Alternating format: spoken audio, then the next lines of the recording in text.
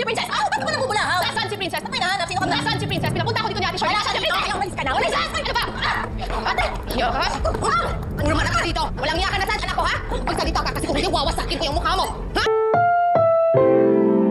Ang programang ito ay rated SPG.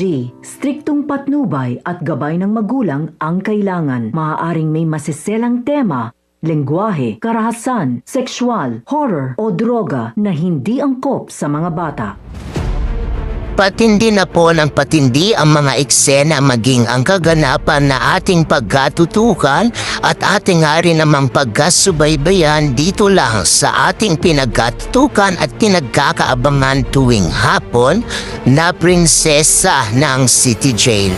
Sa huling isang linggo na daan nga rin naman kasi ito na hindi nga titigil itong si Divina dahil may huli pa nga rin naman itong pasabog na gagawin at hindi nga ito papayag na maging masaya nga itong si Charlene dahil dito ay hindi nga rin naman pakakawalan nitong si Divina itong si Princess maging itong si Raymond dahil gusto nga nitong si Divina na ipalasap dito kay Charlene ang sakit at bighati kung mawala ang isa o ang parehong mahal sa buhay nitong si Charlene.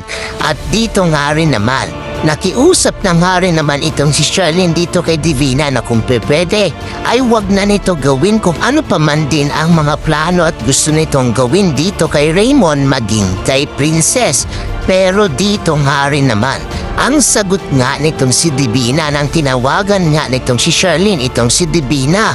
At dito'y tinatanong nga nitong si Charlene kung nasaan nga rin naman itong si Divina.